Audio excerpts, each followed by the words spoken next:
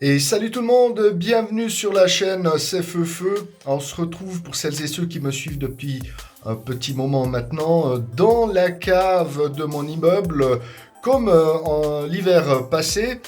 Alors c'est l'heure de la diapose pour mes différentes colonies endémiques. Une diapose que j'anticipe un petit peu plus tôt que l'année passée puisque fin janvier je vais devoir déménager de locaux, emménager dans le Formica Room, ce projet dont je vous parle depuis un petit moment.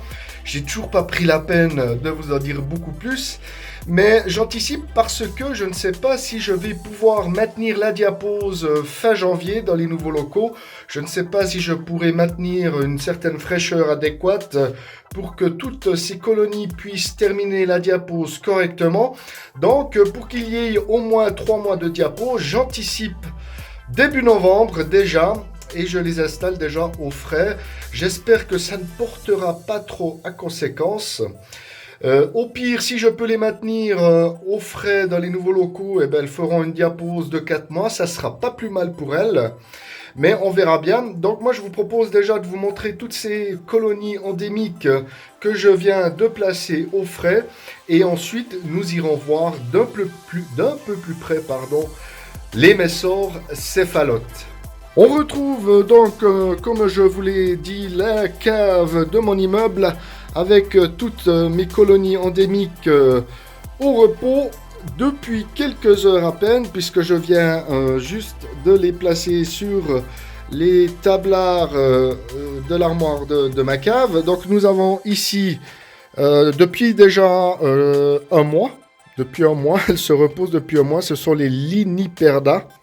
Les Coponotus liniperda qui se portent, ma foi, comme un charme. Vous voyez, je vous les montre en vitesse. On ne veut pas les déranger trop longtemps. Donc, elles sont au repos depuis plus d'un mois maintenant. Ensuite, à côté, nous avons des Lasius niger. Cette fameuse colonie qui s'est développée cette année extraordinairement bien. Donc, c'est l'heure de la pause pour elle. À côté des Niger, nous avons les Coponotus vagus, qui elles aussi ont baissé de rythme depuis quelques jours. Bon, même quelques semaines, je dirais. Vous voyez, tout est calme à l'intérieur du tube. Elles aussi, je les avais reçues cet été avec une seule gine. Et voyez le développement en quelques mois pour cette première année. C'est incroyable. Je me réjouis de les redécouvrir ce printemps à la sortie de diapose pour un développement que j'espère tout autant explosif. À côté, nous avons encore deux... Ah non, ici, attendez, j'allais dire une bêtise. Ici, ce sont les Coponotus cruentatus qui, elles aussi, partent en diapose. Donc, avec elles, j'ai eu passablement de problèmes cette année, mais je finis pas trop mal juste avant la diapose, avec quelques ouvrières et un petit couvain qui, lui, s'est endormi. Donc là, je suis aussi très très content avec les Cruentatus. Ici, deux autres petites fondations de l'Asus Niger. Ici, une fondation de cette année qui a bien démarré en fait. Donc, je me réjouis aussi de voir printemps de l'année prochaine comment ça va se développer. Par contre, ici, nous avons une fondation de 2018 qui, elle, ne se développe pas du tout. J'ai eu les premières naissances et puis la fondation a de la peine à démarrer. Donc je ne sais pas si c'est dû au tube d'aller ou si c'est la gine qui est mal fécondée. Enfin, j'en sais rien, mais tout semble très bien se passer pour elles. Elles ont l'air en pleine forme, mais ça a de la peine à se développer depuis une année. Donc je verrai l'année prochaine si ça repart et sinon, eh bien, on laissera tomber pour cette fondation. Et enfin, la dernière colonie en diapose, ce sont les célèbres Myrmica rubra, qui elles aussi ont eu une année incroyable avec un développement de fou. Et elles aussi passeront en diapose dès aujourd'hui pour un repos bien mérité. Voilà un petit peu le tour des différentes petites colonies que j'ai mis en diapose. Et moi, je vous propose tout de suite d'aller prendre connaissance en détail des célèbres messors céphalotes.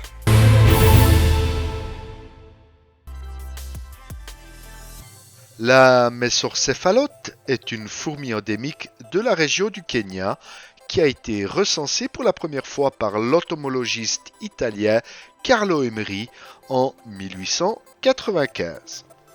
Le Kenya, situé en Afrique de l'Est, couvre une superficie de 582 000 km², dont 10 000 km² d'étendue lacustre. Sa superficie est légèrement plus grande que celle de la France et les pays limitrophes sont la Somalie au nord-est, l'Éthiopie et le Soudan au nord, l'Ouganda à l'ouest et la Tanzanie au sud. La messorcéphalote est de taille extrêmement large et polymorphique, dont les dimensions sont pour la reine de 23 à 26 mm, pour les minors de 5 à 8 mm, les médias de 9 à 15 mm et les majors de 16 à 20 mm. Bien que très rare en élevage et relativement cher à l'achat, les céphalotes, comme toutes les messors du monde, sont très faciles d'élevage. Un amas de graines par semaine, un apport de protéines sous forme d'insectes, un abreuvoir dans l'aire de chasse et ses besoins sont largement contentés.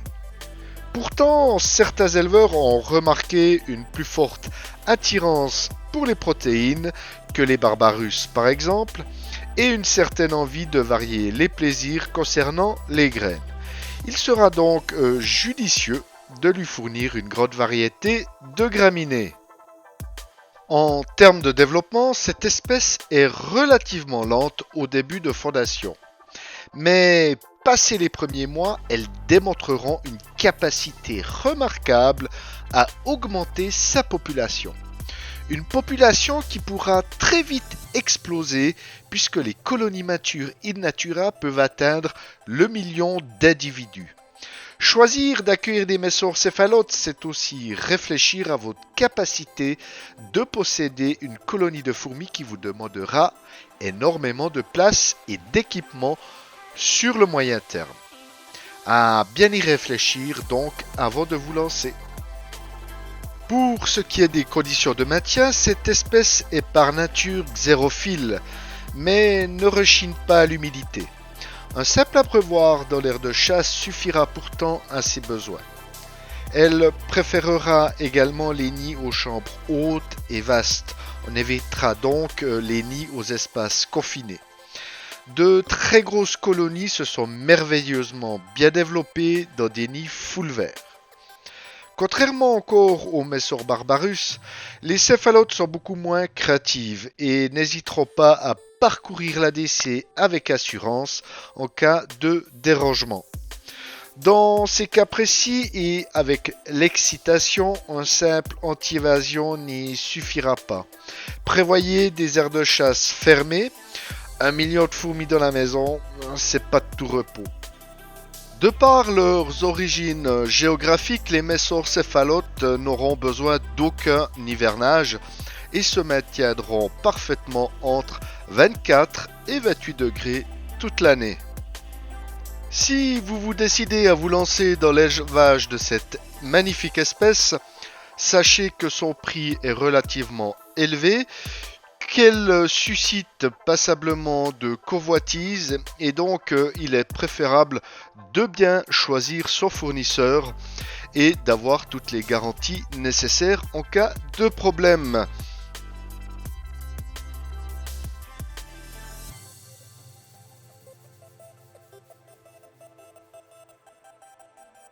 Sachez encore que si vous souhaitez plus d'informations détaillées concernant les messorcéphalotes, je vous invite à rejoindre la chaîne YouTube de Liber Hans ainsi que son blog détaillé sur cette espèce. Vous pourrez ainsi découvrir par vous-même dans quoi vous vous lancez avec les messorcéphalotes.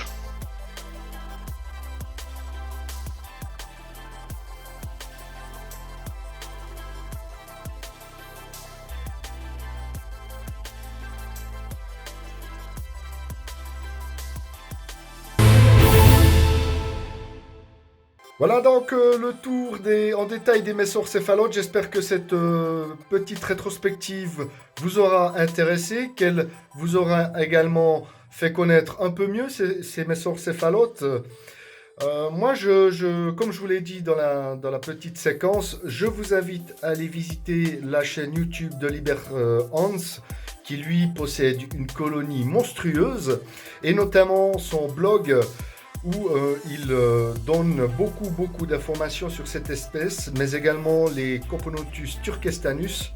Vous savez que ces Coponotus turkestanus, il est relativement difficile d'avoir des informations sur elle, et donc n'hésitez pas à visiter son blog qui est très instructif.